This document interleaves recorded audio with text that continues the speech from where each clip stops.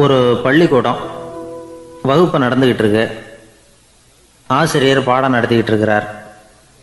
நடத்தி முடித்த உடனே கேட்டார், மாணவர்களே, இதுவரைக்கும் நான் நடத்தின பாடத்தில் உங்களுக்கு ஏதாவது சந்தேகம் இருக்கா அப்படின்னு கேட்டார். அப்புறம் ஒவ்வொருத்தராக கேட்டார். ஒரு மாணவன் எழுந்திருச்சான். சார், எனக்கு சந்தேகம் எதுவுமே இல்லைன்னா. ஏன்னு கேட்டார். ஏன்னா எனக்கு நீங்கள் நடத்தின பாடம் தெளிவாக புரிஞ்சுட்டுது, அதனால் சந்தேகம் வரலன்னா. இன்னொரு மாணவன் எழுந்திருச்சான். சார், எனக்கும் சந்தேகம் எதுவும் இல்லைன்னா. ஏண்டான்னு கேட்டார். ஏன்னா எனக்கு நீங்கள் நடத்தின பாடம் எதுவுமே புரியல, அதனால் சந்தேகம் வரல அப்படின்னா. இந்த இடத்துல நாம் கொஞ்சம் சிந்திச்சு பார்க்கணும். இந்த உலகத்தில் எல்லாம் புரிஞ்ச ஒருத்தனுக்கும் சந்தேகம் வராது, எதுவுமே புரியாத ஒருத்தனுக்கும் சந்தேகம் வராது. அறகுறையாக புரிஞ்சுக்கிட்டவன் இருக்கான் பாருங்க, அவனுக்கு தான் அடிக்கடி சந்தேகம் வரும். ஆக மாணவர்களை இந்த 3 வகையாக பிரிக்கலாம். அதே மாதிரி தான் மனிதர்களையும் 3 வகையாக பிரிக்கிறாங்க ஆன்மீகவாதிகள். ஒரு ஆன்மீக பெரியவர் என்ன சொல்கிறார் தெரியுமா? இந்த உலகத்தில் 3 வகையான மனிதர்கள் இருக்கிறாங்களாம். முதல் வகை எப்படி தெரியுமா? இவங்களுக்கு எதையும் தெரிஞ்சுக்கணுங்கிற அவசியமே கிடையாது. ஏன்னா அவங்களுக்கு எல்லாமும் தெரியும். இவங்க ஞானத்தின் முழு வடிவாக இருக்கிற காரணத்தினால அவங்களுக்கு எந்த சந்தேகமும் இல்லை, எந்த கேள்விகளும் கிடையாது. இந்த நிலையில் இருக்கிறவன் கிருஷ்ணன். எல்லாத்துக்கும் விடை தெரிஞ்சுக்கிட்ட நிலையில் அவன் விடையாக மாறிவிட்டான் அப்படின்னு சொல்லுவாங்க. 2வது நிலையில் இருக்கிறவன் அர்ஜுனன். இவனுக்கு எப்போ பார்த்தாலும் கேள்விதான், சந்தேகம்தான். பதில் சொல்ல சொல்ல அவனுக்கு இருக்கிற சந்தேகமும் அதிகமாகிட்டே இருக்கும், குறையவே குறையாது. அர்ஜுனன் மாதிரி உள்ளவங்க எப்பவும் கேள்வி கேட்டுக்கிட்டே இருப்பாங்க. ஒரு கேள்விக்கு விடை கிடைச்சுட்டுன்னு வைங்க, உடனே இன்னொரு கேள்வி அவங்ககிட்ட இருந்து வரும். கிருஷ்ணனுடைய நிலை எப்படின்னா அது கேள்விகளே அற்ற ஒரு நிலை. அர்ஜுனனுடைய நிலை எப்படின்னா அது கேள்விகளை தவிர வேறு எதுவும் அற்ற ஒரு நிலை. இவங்களை தவிர இன்னொரு ஆள் இருக்கிறான், அவனுக்கும் கேள்விகள் அற்ற ஒரு நிலை தான். அவன் யாருன்னா துரியோதனன். இவனுக்கு தெரிஞ்சுக்கணுங்கிற எண்ணமே சுத்தமாக கிடையாது. ஆவலே இல்லைங்கிறதுனால அதை புரிஞ்சுக்கணுங்கிற அவசியமும் இல்லை. அதனால் அவனுக்கு கேள்விகள் அற்ற ஒரு நிலையில் அவன் இருந்துக்கிட்டு இருக்கிறான். எல்லா பதிலும் தெரிந்து கொண்ட நிலையில் கிருஷ்ணனும் கேள்விகள் அற்ற நிலையில் இருக்கிறான். தெரிஞ்சுக்கணுங்கிற ஆவலே இல்லாத துரியோதனனும் கேள்விகள் அற்ற நிலையிலே இருக்கிறான். இப்படியும் இல்லாமல் அப்படியும் இல்லாமல் 2ம் கெட்டான நிலையில் இருக்கிறானே, அவன் தான் அர்ஜுனன். அதனால் பெரியவங்கள்லாம் என்ன சொல்கிறாங்கன்னா, இந்த உலகத்தில் அர்ஜுனன்களாக இருக்கிறவங்க ஒன்று துரியோதனனாக மாறிடணும், இல்லைன்னா கிருஷ்ணனாக மாறிடணும். இதை தவிர வேற வாய்ப்பு இல்லை. துரியோதனன் மாதிரி உள்ளது விலங்கு நிலை, கிருஷ்ணன் மாதிரி உள்ளது தெய்வ நிலை. அர்ஜுனன் விலங்காவும் ஆக முடியல, தெய்வமாகவும் ஆக முடியல. இப்படி 2ம் கெட்டானா இருக்கிற வரைக்கும் இந்த கேள்விகளும் பிரச்சனைகளும் இருந்துக்கிட்டே தான் இருக்கும். இதுதான் பெரியவர்கள் சொல்லுகிற அனுபவ உண்மை. ஒரு ஆசிரியர் ரொம்பவும் விரிவாக விளக்கமாக பாடம் நடத்தின பிறகு, மாணவர்களே, ஏதாவது சந்தேகம் இருந்தால் கேளுங்கன்னாராம். ஒரு மாணவன் எழுந்திருச்சான். சார், எனக்கு ஒரு சந்தேகம்னா. என்னன்னு கேட்டார். இது வரைக்கும் என்ன பாடம் சார் நடத்துனீங்க அப்படின்னா அந்த பையன். அர்ஜுனன் கேட்ட கேள்விக்கெல்லாம் பகவான் கண்ணன் பதில் சொன்னார். அதுக்கு பேர் பகவத்கீதை. அதே மாதிரி உத்தவன் கேட்ட கேள்விக்கும் அவர் பதில் சொல்லியிருக்கிறார். அதுக்கு என்ன பேருனா உத்தவ கீதைன்னு பேர். அது சரி, உத்தவன்னா யார்? கண்ணனுக்கு சின்ன வயசுலேருந்தே தேர் ஓட்டிக்கிட்டு இருந்தவன் அவன் தான். குருஷேத்திர போர் முடிஞ்சது. அதர்மத்தை அழித்து தர்மத்தை நிலைநாட்டி தர்மனுக்கு முடிச்சு விட்டினார் கண்ணபிரான். அதுக்கப்புறம் துவாரகைக்கு திரும்பினார். தான் வந்த காரியம் முடிஞ்சது. அதனால் இளமையிலிருந்தே தனக்கு தேரோட்டியாக இருந்து வந்த உத்தவனை கூப்பிட்டார். இந்த பாருப்பா, உனக்கு வேணுங்கிறத கேளுன்னார். அவன் தனக்குன்னு எதையும் கேட்குறதுக்கு ஆசைப்படலை. இருந்தாலும் கேள்வி கேட்குறதில் அவன் ரொம்ப கெட்டிக்காரன். அதனால் கேட்க ஆரம்பித்தான். பரந்தாமா, ராஜசூய யாகத்துக்கு தர்மனை கூப்பிட்டு தன்னுடைய அரண்மனையில் விருந்து வச்சான் துரியோதனன். அதுக்கப்புறம் சூதாட்டத்துக்கு கூப்பிட்டான். தர்மன் தோல்வி அடைகிற மாதிரி பண்ணிவிட்டான். நீங்கள் தான் முக்காலமும் உணர்ந்தவராச்சே, சூதாட்டத்தில் தர்மர் ஜெயிக்கிறது மாதிரி பண்ணியிருக்கக்கூடாதா? இந்த பகடக்காயை உருட்டுறப்போ நீங்கள் எதிர்பார்த்தது விழற மாதிரி பண்ணியிருக்கலாமே. சரி, அதுதான் இல்லை.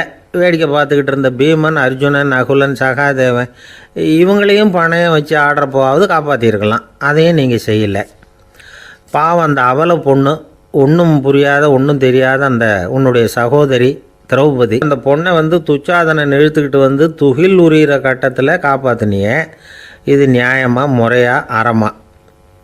இதுதான் உத்தவன் கேட்ட கேள்வி. இதுக்கு பரந்தாமன் பதில் சொல்கிறார். அப்படி கேள் உத்தவா, தருமனை வந்து துரியோதனன் வந்து சூதாட அழைக்கும் பொழுது என்ன சொன்னான் தெரியுமா? நான் பணையம் வைக்கிறேன், எனக்கு பதிலாக என்னுடைய மாமன் சகுனி பகடக்காய்களை உருட்டுவான்னு சொன்னான். உடனே தருமன் எனக்கு பதிலாக என்னுடைய மைத்துனன் கண்ணன் வந்து பகடக்காய்களை உருட்டுவான்னு சொல்லியிருக்கலாமே, அப்படி சொல்லலை. என்ன செஞ்சான் தெரியுமா? துரியோதனன் கூட சூதாட்டத்துக்கு சம்மதிச்சிட்டோம், கடவுளே இது என்னுடைய மைத்துனன் கண்ணபிரானுக்கு தெரியக்கூடாது அப்படின்னு வேண்டிக்கிட்டான். இதனால் தருமன் வந்து எனக்கு வந்து மனசால் தடை போட்டுட்டான். அதனால் அரண்மனைக்கு வெளியிலேயே என்னை கூப்பிடுவாங்கன்னு நான் காத்துக்கிட்டு இருந்தேன். பீமன், அர்ஜுனன், நகுலன், சகாதேவன், திரௌபதி இவங்களை பணையம் வச்சு ஆடுறப்போவாவது கூப்பிடுவாங்கன்னு பார்த்தேன். அப்பவும் அவங்க என்னை கூப்பிடல, நினைக்கல. திரௌபதியை வந்து துச்சாதனன் கூந்தலை பிடிச்சி இழுக்கிறான். அப்போ கூட அவள் தன்னுடைய உடல் பலத்தால் தடுக்கிறதுக்கு முயற்சி பண்ணாலே தவிர என்ன நினைக்கல. துரியோதனன் சபைக்கு இழுத்து செல்லப்பட்ட திரௌபதி அறநூல்களையும் அரச நீதிகளையும் சொல்லிக்கிட்டு இருந்தாலே தவிர என்ன நினச்சே பார்க்கலை. துகில் உரிகிற கட்டத்தில் தான் ஹரி ஹரி கண்ணா பரந்தாமன்னு கூப்பிட்டா, அதனால தான் அப்போ போய் நான் காப்பாற்றினேன் அப்படின்னா பரந்தாமன். அப்படின்னா நீ அழைச்சாதான் போவியா, நீயா போக மாட்டியா அப்படின்னு கேட்குறான் உத்தவன். ஆமாம், நான் கூப்பிட்டா தான் போவேன். மனிதர்கள் செய்யக்கூடிய செயல்களையெல்லாம் அவங்கவுங்க போக்கிலேயே விட்டுட்டு வேடிக்கை பார்த்துக்கிட்டு இருப்பேன். நான் குறுக்கிட்டு வந்து ஒன்றுமே செய்ய மாட்டேன் அப்படின்னா பரந்தாமன். மனுஷன் தவறு பண்ணுனா திருத்த மாட்டியா, சும்மா பார்த்துக்கிட்டு தான் உட்காந்துருப்பியா அப்படின்னு கேட்குறான் உத்தவன். நான் மனுஷனுடைய உள்ளத்தில் இருக்கிறப்போ என் எதிரில் மனுஷன் தவறு பண்ண மாட்டான் அப்படின்னு ஆனால் கண்ணன். அதாவது யார் நினைக்கிறாங்களோ அவங்க உள்ளத்துலலாம் அவன் இருக்கிறான். அப்படி இருக்கிறப்போ தவறு செய்ய மனுஷன் அஞ்சுவான். இதுதான் உத்தவ கீதைங்கிறது. இந்த காலத்துலேயும் சில பேர் பகவான் மாதிரி அடுத்தவங்க கஷ்டப்படுறத வேடிக்கை பார்த்துக்கிட்டு இருக்கிறது உண்டு. அன்றைக்கி அப்படி தான் நடுத்தெருவில் ஒரு திருடனை பிடிச்சி எல்லாரும் சேர்ந்து அடிச்சுக்கிட்டு இருக்கிறாங்க. ஒரு ஆள் மட்டும் தள்ளி நின்று அதை வேடிக்கை பார்த்துக்கிட்டு இருக்கான். பார்த்துக்கிட்டு சிரிச்சுக்கிட்டு இருக்கிறான். என்ன சார் இது, பாவம் அந்த ஆளை போட்டு அப்படி அடிக்கிறாங்களே அப்படின்னும். அடிக்கட்டும் சார், அவன் அடி வாங்க வேண்டிய ஆள் தான் அப்படின்னா அவன். ஏன் சார் அப்படி சொல்கிறீங்க அப்படின்னு கேட்டோம். பின்ன என்ன சார், நான் ஒருத்தர் பையில் இருந்த பர்ஸை எடுக்கிறதுக்கு முயற்சி பண்ணிக்கிட்டு இருந்தேன். அதுக்குள்ளே அவன் முந்திக்கிட்டு அப்வேஸ் பண்ணிவிட்டான். பர்ஸை அவன் எடுத்துட்டான். பார்க்குறதுன்னா எடுக்கிறது அவனா? என்ன சார் நியாயம் இது? நல்லா வாங்கட்டும் அப்படிங்கிறான். ஒரு ஊரில் ஒரு இளைஞன் இருந்தான். ஒரு நாள் அவன் ஒரு குருவை தேடிக்கிட்டு புறப்பட்டான். ஊரை விட்டு வெளியில் போனான். போகிற வழியில் ஒரு காடு. அந்த காட்டில் ஒரு மரத்தடியில் ஒரு பெரியவர் உட்காந்துருக்கிறார். அமைதியாக மௌனமாக அவர் அமர்ந்திருக்கிறார். இந்த பெரியவரை விசாரிக்கலாம், குருவை தேடி கண்டுபிடிக்கிறதுக்கு இவர் ஏதாவது ஒரு வழி சொல்லி கொடுப்பார் அப்படின்னு நினச்சிக்கிட்டு அவரை நெருங்கினான். ஐயா, எனக்கு ஒரு குரு தேவை, எங்கே கிடைப்பார்? அவரை எப்படி அடையாளம் கண்டுபிடிக்கிறது? அதை பற்றி ஏதாவது விவரம் சொன்னீங்கன்னா நான் கண்டுபிடிச்சிக்குவேன் அப்படின்ட்டுருக்கான். பெரியவர் நிமிர்ந்து பார்த்தார். தம்பி, அது ரொம்ப சுலபம். அவர் வயசானவராக இருப்பார். என்னை விட சுமார் 30 வயசு அதிகமாக இருக்கும். அவர் ஒரு மரத்தடியில் தான் உட்காந்துருப்பார் அப்படின்ட்டுருக்கான். சரிங்க பெரியவரே, அது என்ன மாதிரியான மரம், எப்படி இருக்கும் அப்படின்னு கேட்டிருக்கான். பெரியவர் அந்த விவரங்களையும் சொல்லியிருக்கிறாரு. அது மட்டும் இல்லை, சந்திக்கிற நாள், நேரம், வினாடி முதற்கொண்டு எல்லா விவரங்களையும் துல்லியமாக சொன்னாராம். இவ்வளவு விவரங்களை இவரால் எப்படி சொல்ல முடியுது அப்படின்னு இவனுக்கு ஆச்சரியம். இருந்தாலும் அந்த பெரியவர் கடைசியாக ஒரு விவரம் சொன்னார். அது என்ன தெரியுமா? எப்படியும் நீ அவரை சந்திக்கிறதுக்கு ஒரு 30 வருஷம் ஆகும் அப்படின்னு சொல்லிவிட்டாரான். ரொம்ப நன்றிங்க பெரியவரே அப்படின்னு சொல்லிவிட்டு அந்த இளைஞன் புறப்பட்டுருக்கான். இப்போ அவனுக்கு குரு பற்றின விவரம் எல்லாம் கிடச்சிட்டுது, சந்திக்கிற நேரமும் தெரிஞ்சுட்டுது. ஆனால் 30 வருஷம் அவரை தேடி அலைய வேண்டியிருக்குமே. அவன் தேட ஆரம்பித்தான். காடு மலை எல்லாம் சுற்றி அலைஞ்சான். பல வருஷங்கள் தேடினான். அழுத்து போயிட்டான். கடைசியில் அவனுக்கும் வயசாகிட்டுது. கடைசியில் தன்னுடைய சொந்த ஊருக்கே திரும்பி போய்கிட்டு இருந்தான். அங்கே ஒரு மரத்தடியில் அவன் தேடிக்கிட்டு இருந்த குருநாதர் கிடைச்சார். யார் அவருன்னா, 30 வருஷத்துக்கு முன்னாடி வழி சொல்லி கொடுத்தாருல அதே பெரியவர். அவருக்கு இப்போ 30 வயசு அதிகமாக இருந்தது. அதே மரம். அன்னைக்கு பெரியவர் சொன்ன அடையாளம் இப்போ பொருத்தமாக இருந்தது. இப்போ அந்த பெரியவர் சொன்னார், சரியாக வந்து சேர்ந்துட்டேன், வா, உனக்காக தான் நான் இவ்வளவு காலமும் காத்துக்கிட்டு இருந்தேன் அப்படின்னாரான். என்ன சொல்கிறீங்கன்றிருக்கான். 30 வருஷத்துக்கு முன்னாடி என்கிட்ட வந்தியே, அப்போவே என் காலம் வந்து முடிஞ்சு போயிருந்தது. அப்போவே என்ன உனக்கு அடையாளம் தெரியல, அதனால் இவ்வளவு காலம் உனக்காக காத்துட்ருக்கும்படி ஆகிட்டுது அப்படின்னாராம். ஐயா, அப்போவே நீங்கள் சொல்லியிருக்கலாமே, இதுதான் 30 வருஷம் கழித்து நீ சந்திக்க போகிற இடம், நான் தான் உன்னுடைய குரு அப்படின்னு சொல்லியிருக்கலாமே அப்படின்ட்டுருக்கான். அந்த பெரியவர் சிரிச்சுக்கிட்டே அதுக்கு பதில் சொன்னாராம், நான் எவ்வளவோ விவரமாக தான் சொன்னேன், நீ சரியாக புரிஞ்சிக்கல. காரணம், அப்போ நீ போதுமான அளவுக்கு பக்குவம் பெற்றிருக்கவில்லை. அதனால் புரியும் சக்தி இல்லாமல் போயிட்டுதப்போ 30 ஆண்டு காலம் நீ அலைஞ்சு தெரிஞ்சிருக்கிற. அது காரணமாக இப்போ உனக்கு அந்த பக்குவம் வந்துட்டுது. அதனால தான் அடையாளம் காண முடிஞ்சது, நானே உன்னுடைய குரு அப்படின்னாராம். இதுலேருந்து என்ன தெரியுதுன்னா, ஆன்மீகத்தில் மாணவனாக சேர்றதுக்கு கூட ஒரு பக்குவத்தன்மை தேவைப்படுது. ஒரு பெரிய ஞானி, அவர்கிட்ட சீடனாக இருக்க ஒருத்தன் வந்தான், எதிரில் நின்னான். ஞானி அவனை வெகு நேரம் உற்று பார்த்தார். அப்புறம் சொன்னார், சீடனாக இருக்கிறது ரொம்ப சிரமம்னார். நான் தயாராக இருக்கிறேன்னா. அது இன்னமும் சிரமமாச்சே, இங்கே குருவாக இருக்கிறது மட்டுமே சுலபம் அப்படின்னாராம். அப்படின்னா நான் குருவாகவே ஆயிடுறேன் அப்படின்னானா. இது போலவே இந்த காலத்தில் கதை ஒன்று உண்டு. ஒரு பள்ளிக்கூடத்தில் வகுப்பு ஆசிரியர் மாணவனை திட்டிக்கிட்டு இருந்தார். டேய், நீ 100க்கு 10 மார்க்கு தான் வாங்கிக்கிட்டு இருக்க. இவ்வளவு மோசமாக நீ படித்தா கடைசியில் மாடு மேய்க்கிறது கூட லாய்க்கு இல்லாதவனா ஆகிடுவேன். அதுக்கப்புறம் என்ன செய்ய போகிறேன் அப்படின்னாராம். பையன் தலையை சொரிஞ்சிக்கிட்டே சொன்னானா, சார் அப்படின்னா ஒன்று செய்கிறேன் அப்படின்னானா. இவர் கேட்டிருக்கார், என்ன செய்ய போகிறேன்னு. வேற என்ன சார், உங்களை மாதிரி ஒரு ஆசிரியர் ஆகிடுறேன் அப்படின்னானா. உங்கள் பையன் எப்படி சார் இருக்கான் அப்படின்னு விசாரித்தார் ஒருத்தர். அவன் என்ன சார், எதை சொன்னாலும் காதில் வாங்க மாட்டேங்கிறான், அவன் பாட்டுக்கு போகிறான் வர்றான் அப்படின்னு சொல்லி அழுத்துக்கிட்டார் அப்பா. பெரியவங்க சொல்கிறத சின்ன பிள்ளைங்க கேட்கறது இல்லைங்கிறது ஒரு குறை. பெரியவங்க சொல்கிறது சின்ன பிள்ளைங்க காதிலேயே விழறது இல்லைங்கிறது ஒரு குறை. இது கொஞ்சம் சீரியஸான விஷயம், கவனித்து பார்க்கணும். ஒரு குழந்தைக்கு காது சரியாக கேட்குதா இல்லையா அப்படிங்கிறத நாம் தான் கவனித்து பார்த்து கண்டுபிடிக்கணும். அதுவாக நம்மக்கிட்ட தவழ்ந்து அப்பா எனக்கு காது கேட்கல, அழைச்சிட்டு போங்க டாக்டர்கிட்ட அப்படின்னுலாம் சொல்லிக்கிட்டு இருக்காது. அது சரி, ஒரு குழந்தைக்கு காது சரிவர கேட்குதா இல்லையா அப்படிங்கிறத முன்கூட்டியே நாம் தெரிஞ்சுக்கிறது எப்படி? அதுக்கு சில வழி இருக்குது. உங்கள் குழந்தைய கொஞ்சம் அப்படி கவனித்து பாருங்கள். அடிக்கடி ஜலதோஷம், காதில் அரிப்பு ஏற்படுதா, மூக்கு விரிவாகவும், அப்புறம் டான்சில், அடினாய்டு, சத அழற்சி, இது மாதிரி ஏதாவது இருக்கா, வாயிலிருந்து எச்சில் ஒழுகுதா, குழந்தை வாயினால் சுவாசிக்குதா, பற்கள் முன்னாடி தள்ளி வளருதா, இதெல்லாம் அதுக்கு அறிகுறி. அப்புறம் இந்த VBDF TH இப்படி இந்த ஒலிகள் சேர்ந்த வார்த்தைகளை குழந்தை சரியாக புரிஞ்சுக்காது. இப்போ உதாரணத்துக்கு பட்டுன்னு சொல்லு குழந்தை அப்படின்னீங்கன்னா அது கட்டுன்னு சொல்லும். அதாவது பட்டு சவுண்டை அதால் புரிஞ்சிக்க முடியல. அப்புறம் உங்கள் குழந்தை உங்களை உறக்க பேச சொல்கிறானா, அடிக்கடி கேள்வி கேட்குறானா, சாப்பிட்றப்போ கவனம் இல்லாமல் இருக்கானா, படிப்பில் போதுமான முன்னேற்றம் இல்லையா, வகுப்பில் சரியாக கவனிக்கிறது இல்லையா, இப்படியெல்லாம் இருந்தால் ஆரம்பத்திலேயே டாக்டர்கிட்ட அழைச்சிட்டு போய் சிகிச்சையை ஆரம்பிச்சுடலாம், குணப்படுத்தி விடலாம். குழந்தைக்கு காது சரியாக கேட்கலன்னா நீங்கள் செய்ய வேண்டியது என்ன தெரியுமா? அவனுக்கு காது கேட்கலேங்கிறதுக்காக அவன் முன்னாடி சத்தம் போட்டு பேசக்கூடாது. மெதுவாக சீராக பேசணும், அவனை பார்த்து பேசணும். உங்கள் உதட்டு அசைவுகள் அவனுக்கு உதவும், அதை பார்த்தே புரிஞ்சுக்குவான். நீங்கள் வாயில் வெத்தலை பாக்கு போட்டுக்கிட்டோ புகை பிடிச்சிக்கிட்டோ பேசக்கூடாது. அப்படி பேசினா அவனால் அந்த உச்சரிப்பை சரியாக புரிஞ்சிக்க முடியாது. ஒரு வார்த்தையை சொல்கிறீங்க, அவனுக்கு புரியல அப்படின்னா அதே வார்த்தையை மறுபடியும் சொல்லணும்.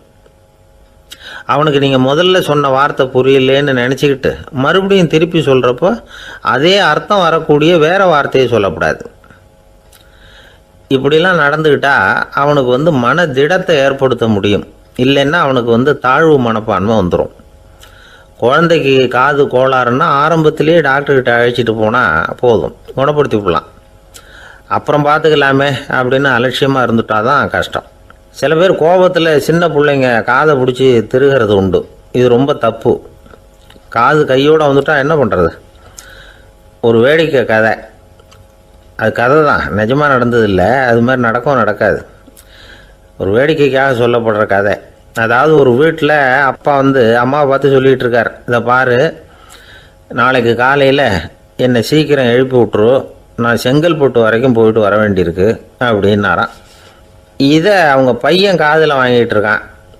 அப்பாவுக்கு சிரமம் வேண்டாமே அப்படின்னு நினச்சி அவனே காலையில் யாருக்கும் தெரியாமல் எழுந்திரிச்சு புறப்பட்டு செங்கல்பட்டுக்கு போட்டான். சாயந்தரமாக திரும்பி வந்தான். அப்பா பையனை காணாமல் அலமோதிக்கிட்டு இருக்கிறார்.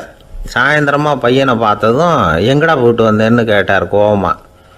செங்கல்பட்டுக்கு போயிட்டு வந்தேன்ப்பா, நீ வேணா அலைய வேண்டாமேன்னு அப்படின்னா. எதுக்கடா போனேன்னு அதட்டினார். அதான்ப்பா நீ நேற்று வந்து அம்மாக்கிட்ட சொல்லிகிட்டு இருந்த, அதை காதில் வாங்கினேன், உனக்காக நான் போயிட்டு வந்தேன் அப்படின்னா. உடனே எந்த காதில் வாங்கினேன் அப்படின்னு சொல்லி காதை பிடிச்சி திருகினார். அந்த காது கையோடு வந்துட்டுது. இது நடந்து கொஞ்ச நாள் கழித்து அந்த அப்பாவும் பையனும் கடத்தெருவில் போய்கிட்டு இருக்கிறாங்க. எதிரில் ஒரு நாய் ஓடி வந்தது. அதுக்கு 2 காதும் இல்லை. என்ன இது, இந்த நாய்க்குட்டிக்கு 2 காதும் இல்லை அப்படின்னார் அப்பா. அதுக்கு பையன் சொல்கிறான், அப்பா அது 2 தடவை செங்கல்பட்டுக்கு போயிட்டு வந்துடுவோம் அப்படின்னானா. ஒரு ஊரில் ஒரு மன்னர் இருந்தார். அழகான அரண்மனையில் அவர் இருந்தார். அந்த அரண்மனையை விட அழகாக ஒரு மாளிகையை அந்த ஊர்லேயே வேற ஒருத்தன் கட்டியிருந்தான். அப்படி கட்டி முடித்ததில் அவனுக்கு ரொம்ப பெருமை.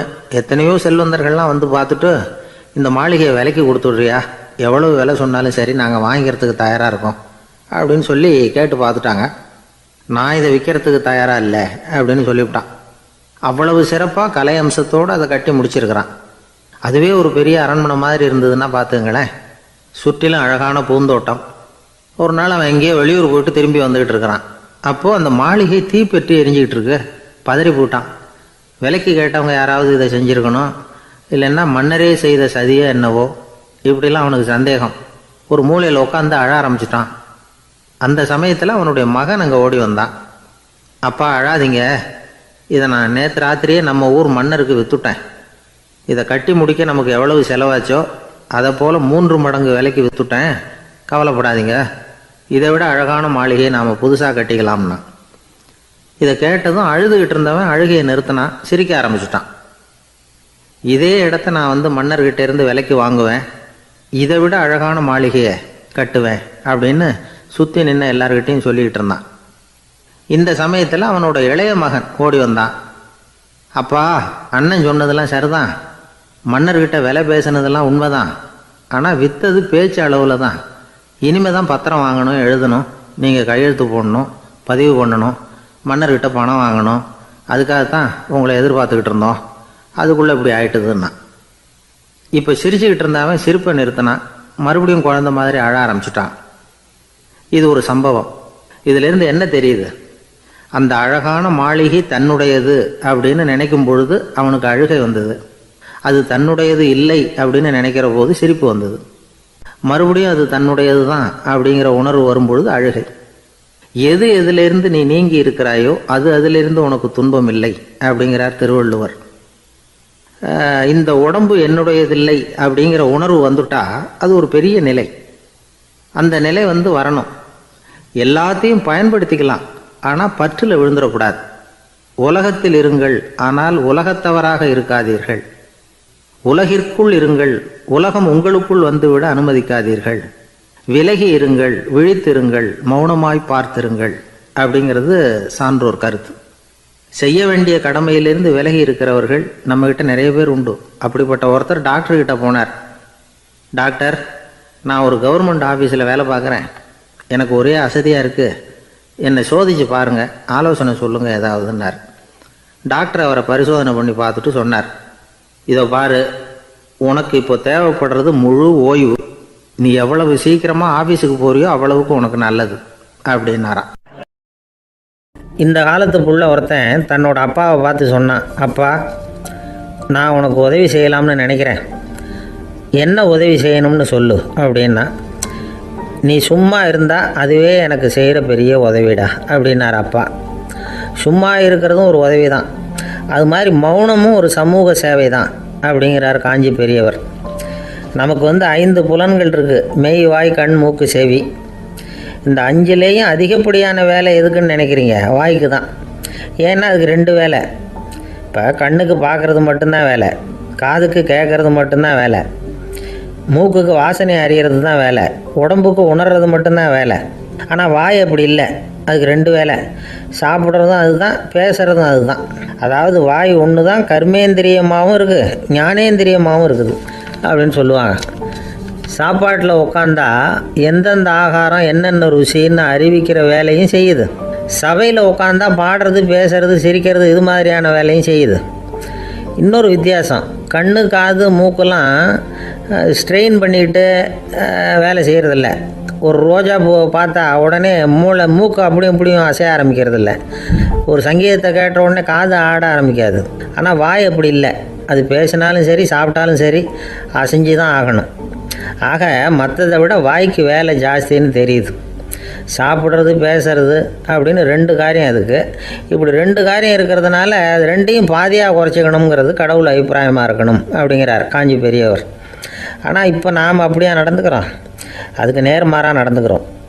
நாம் சாப்பிட்றதும் அதிகம், பேசுகிறதும் அதிகம். 2 வேலையையும் தேவைக்கு அதிகமாகவே செய்கிறோம். வாய் தான் ரொம்ப ஓவர் ஒர்க்குடு. அதுக்கு ஓய்வு கொடுத்தா உடம்பும் நல்லாயிருக்கும், உலகமும் நல்லாயிருக்கும். மௌன விரதம் இருக்கிறதெல்லாம் எதுக்காக நினைக்கிறீங்க? இதுக்காக தான்.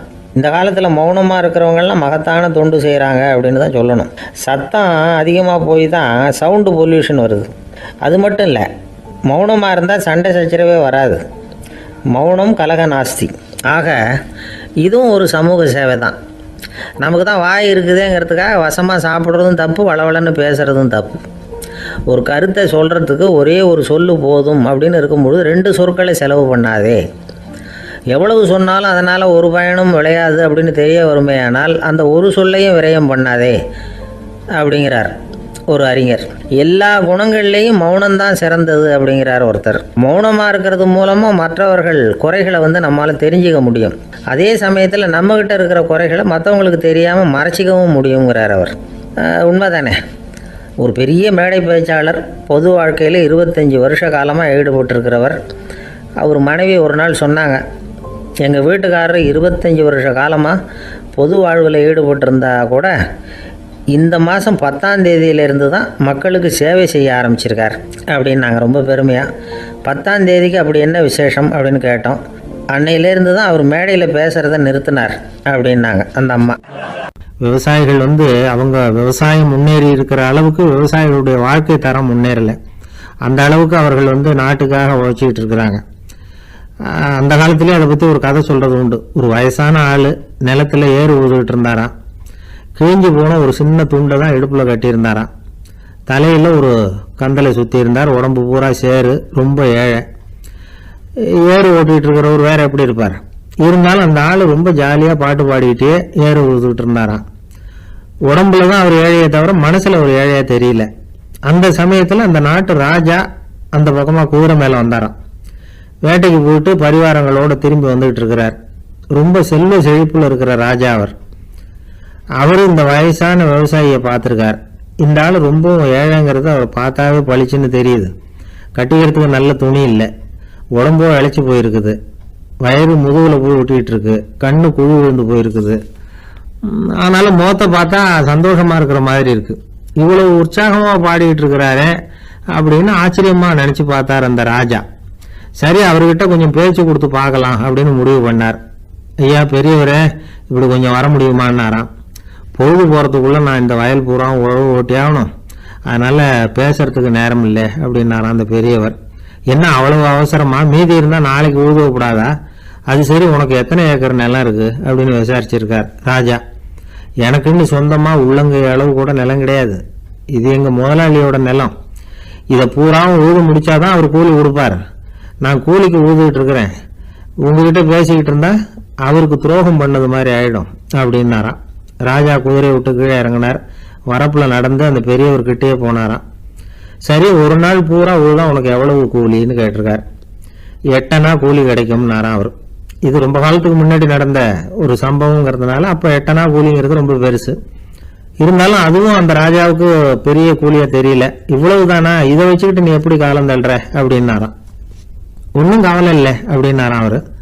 ராஜாவுக்கு ரொம்ப ஆச்சரியமாக போச்சு. 8 அணா கூலி வாங்குற இந்த ஆள் கவலை இல்லாமல் இருக்கிறார், ஏராளமான வசதியோடு இருக்கிறன்னா கவலை இல்லாமல் வாழ முடியலையே அப்படின்னு நினச்சி பார்த்துருக்கார்.